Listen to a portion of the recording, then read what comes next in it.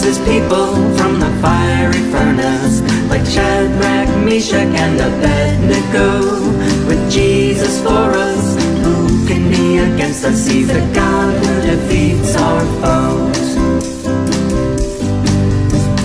Nebuchadnezzar made a golden statue. To the people he made a decree: if they didn't worship, they would face the furnace for a penalty.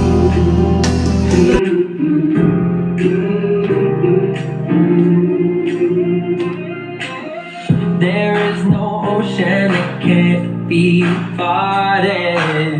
There is no mountain that can't be moved. I know there's help for the heavy-hearted. The weak will find their strength renewed. You just gotta have faith. You just gotta have faith.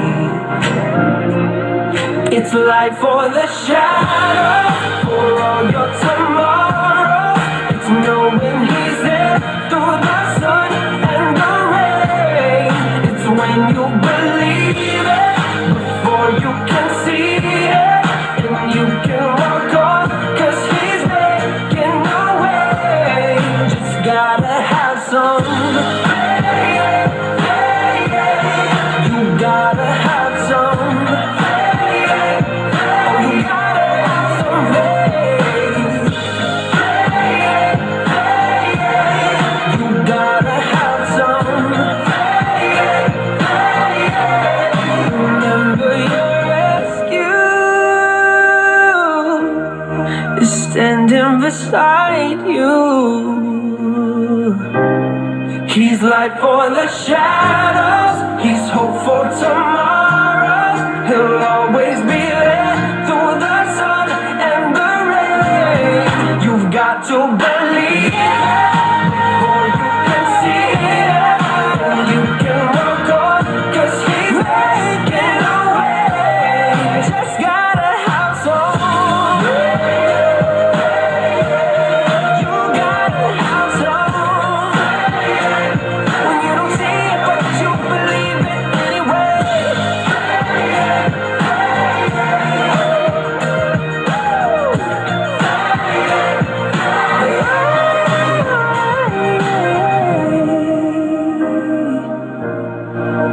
Just gotta have some faith.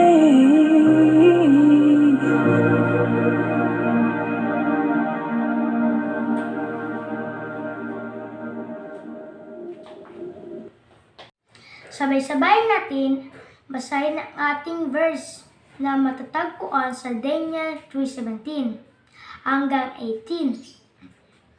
If we are thrown into the blazing furnace, the God we serve is able to deliver us from it, and He will deliver us from your majesty's hand.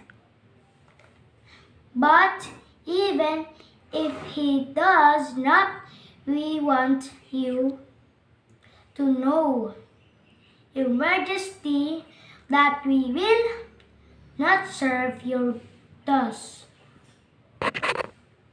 or worship the image of gold you have set up.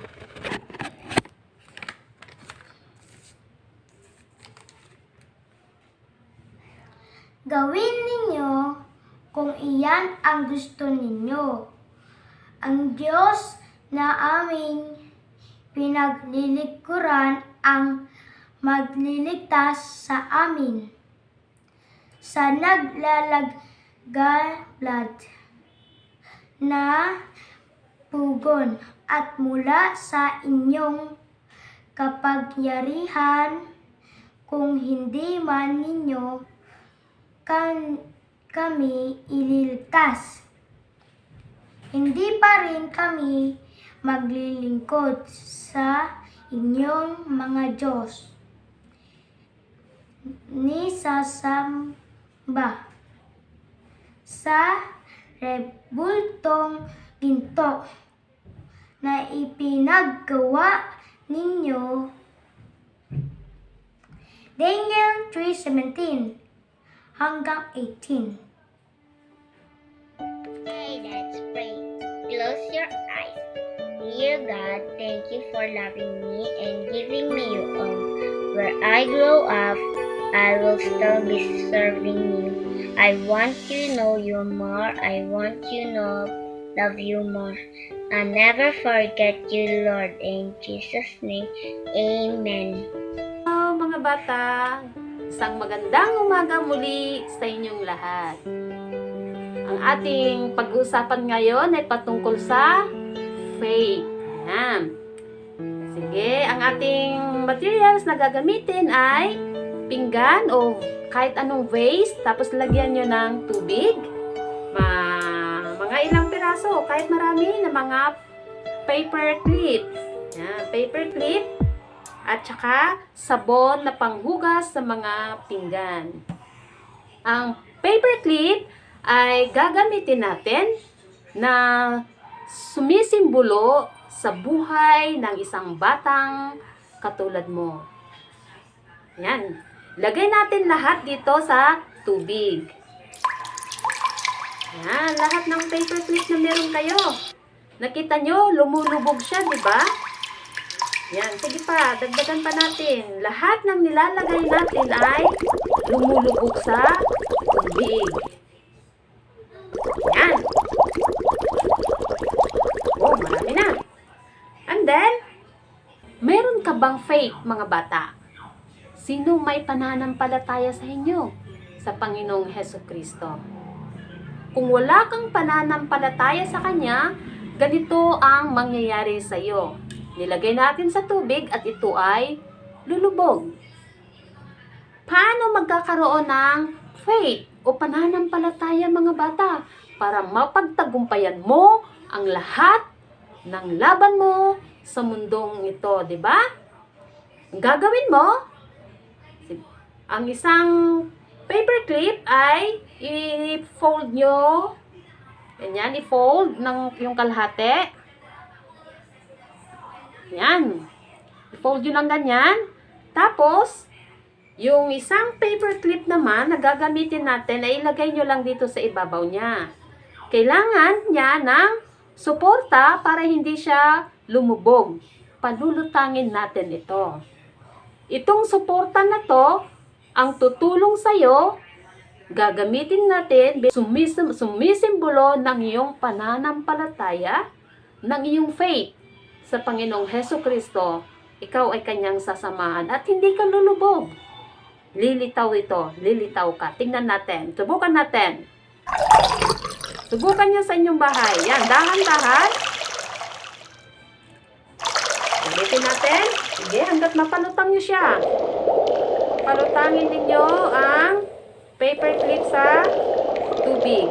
Dahan-dahan.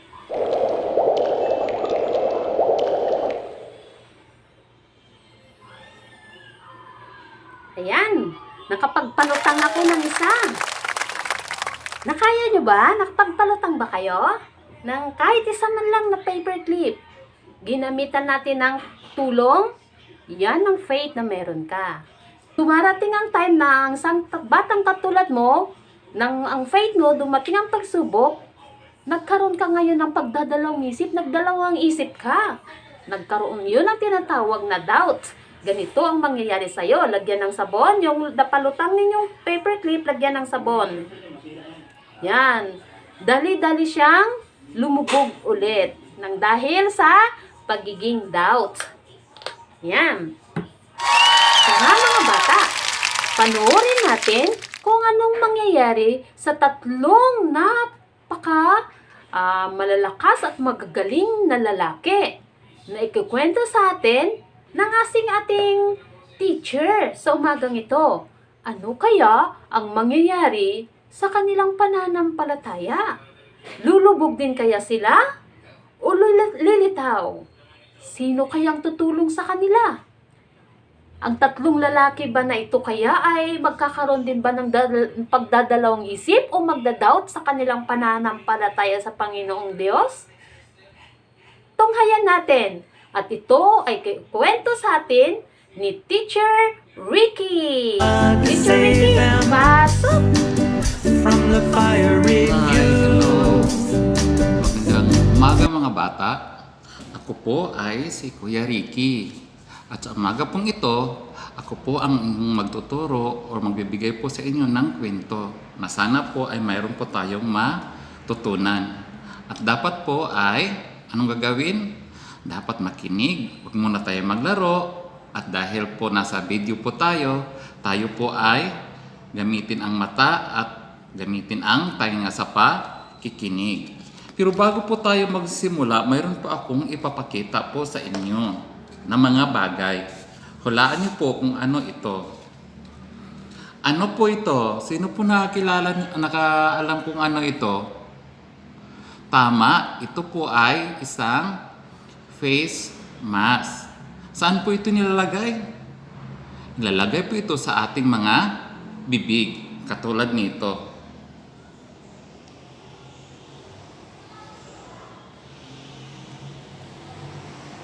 Okay, ganun po ang paglagay ng face mask. Sa panahon po natin ngayon, bakit tayo gumagamit ng face mask? Okay, gumagamit po tayo ng face mask dahil po mayroon po tayong pandemya ngayon na tinatawag na COVID-19. Ganito daw po ang paglagay para hindi po tayo makakahawa or mahahawa. At mayroon pa pong isa. Ang tawag po nito ay face shield. Okay, ang face shield po ay ganito po ang paglagay.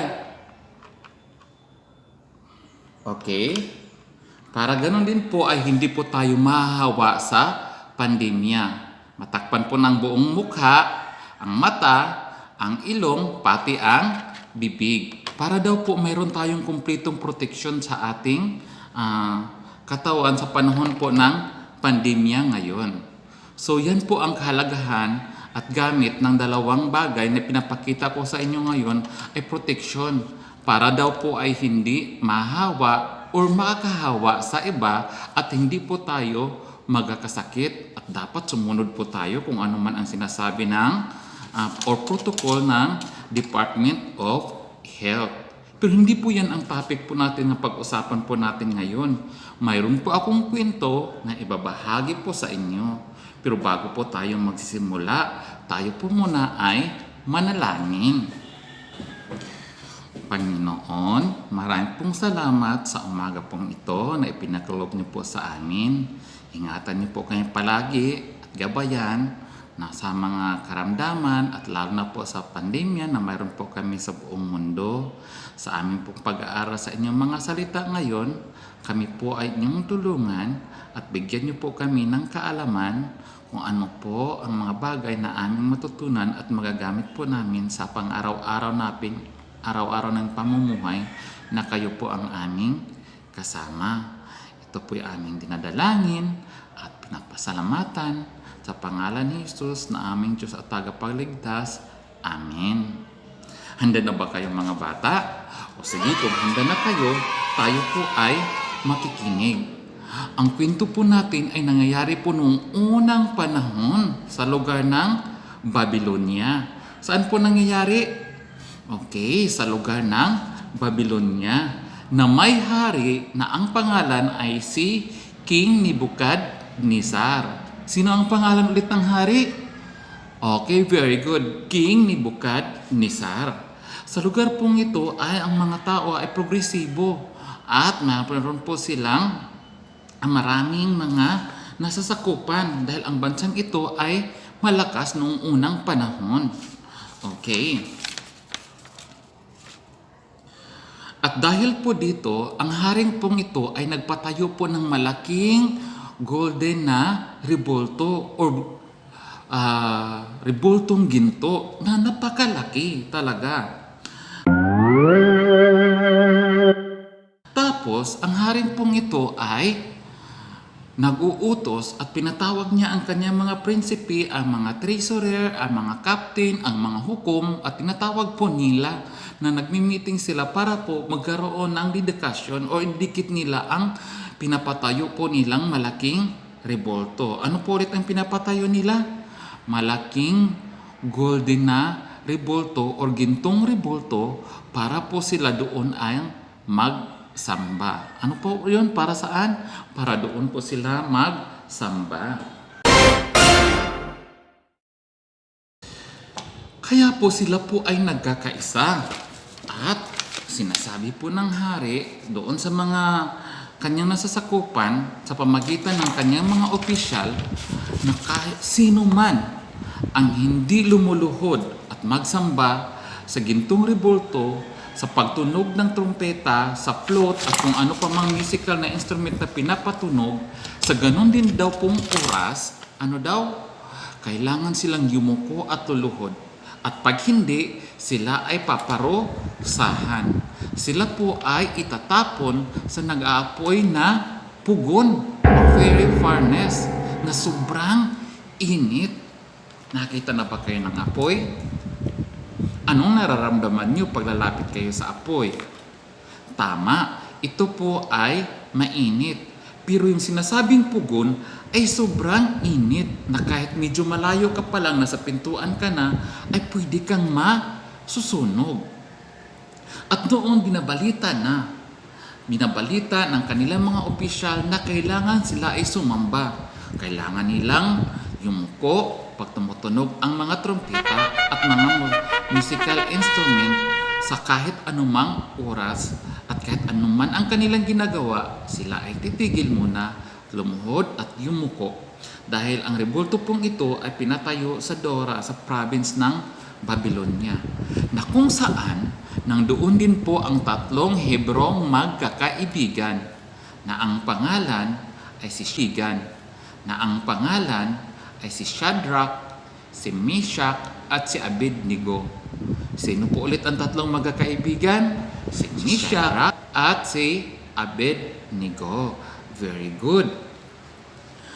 At doon ay pinatunog na nga nila ang trompeta.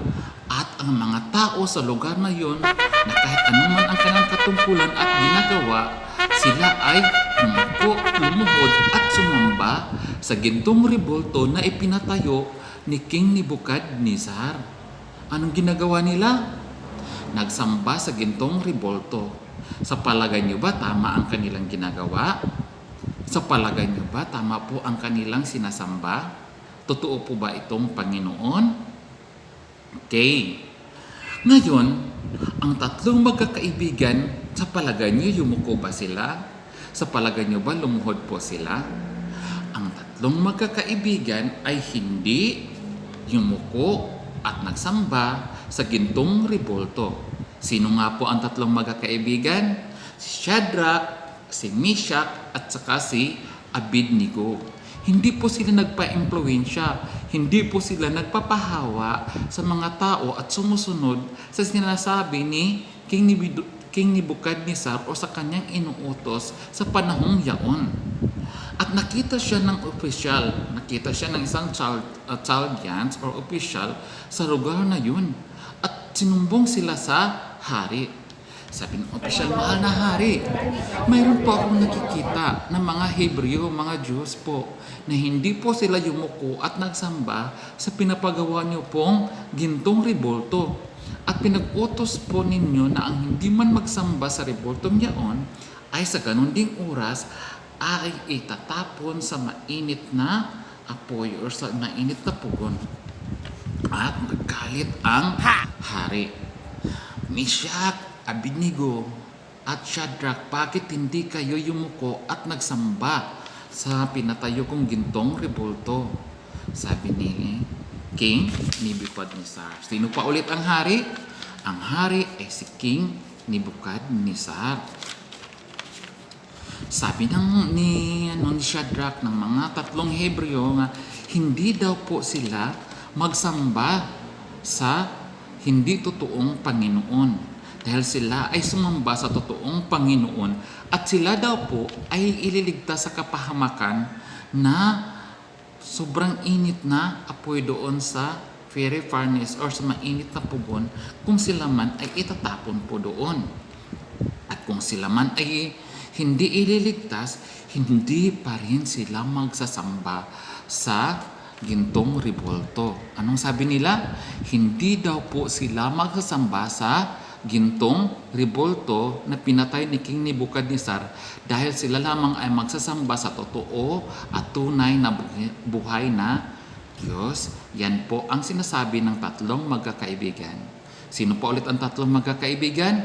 Si Shadrach, si Meshach at saka si Abednego. Nung sila ay ipinatapon na, ano ang nangyayari sa kanila? Sila po ba ay nasunog? Sila po ba ay namamatay? Sila po ba ay napahamak? Ito po mga bata ang nangyayari sa kanila. Nung ipinatapon na sila doon sa fiery furnace, hindi man lang sila nagalusan o napahamak ni kahit anuman dahil sila ay pinoprotektahan ng tunay at buhay na Diyos na ating Panginoong tagapagligtas. At dahil totoo ang kanilang sinasabi, sila po ay inaalis doon sa pugon at sila ay hinayaang magpuri sa kanilang tunay at buhay na Diyos. Ganon din po tayo mga bata. Kailangan po nating magsamba, magpuri sa totoo at buhay na Panginoong Hesukristo na siyang ating Panginoon at tagapagligtas ng ating buhay. Na kahit anuman ang sabihin ng iba, kung tayo may hikayatin, kung hindi ito ay totoo, hindi po tayo magpa-impluwensya. At dahil tayo po ay manampalataya at magtiwala lamang sa ating totoong Panginoong Hesukristo na ating Panginoon at tagapagligtas ng ating buhay. At tayo po ay manampalataya dahil yan po ang tunay na kalasag ng ating buhay, ang ating panampalataya sa Panginoon. Hindi lang po face mask at face shield ang tagapagligtas ng ating sa epidemyang mayroon po tayo ngayon, maging ang ating panampalataya sa Panginoon ang siyang tunay na tagapagligtas ng ating buhay na si Hesukristo. Tayo po'y manalangin ulit. Panginoon, maraming pong salamat sa aming natutunan sa araw pong ito, sa kwento pong aming napakinggan. Nawa ito po ay aming isa pamuhay na kami lamang po ay magkaroon ng tiwala, tunay na tiwala sa iyo bilang aming Panginoon at Diyos na tagapagligtas na kahit anuman ang hamon sa buhay, kahit ano pa man ang mga nabuodyok sa amin, ay hindi po kami manghihina, bagkos kami ay patuloy na mananalig sa inyo. Sa pangalan ni Jesus, Amen. Jesus saves his people from the fiery furnace. Like Shadrach, Meshach, and Abednego. With Jesus for us, who can be against us? He's the God who defeats our foes. Nebuchadnezzar made a golden statue. To the people he made a decree. If they didn't worship, they would face the furnace for a penalty. The 3 men from Israel wouldn't follow the rule. They trusted God to save them from the fiery fuel. Jesus saves his people from the fiery furnace, like Shadrach, Meshach, and Abednego.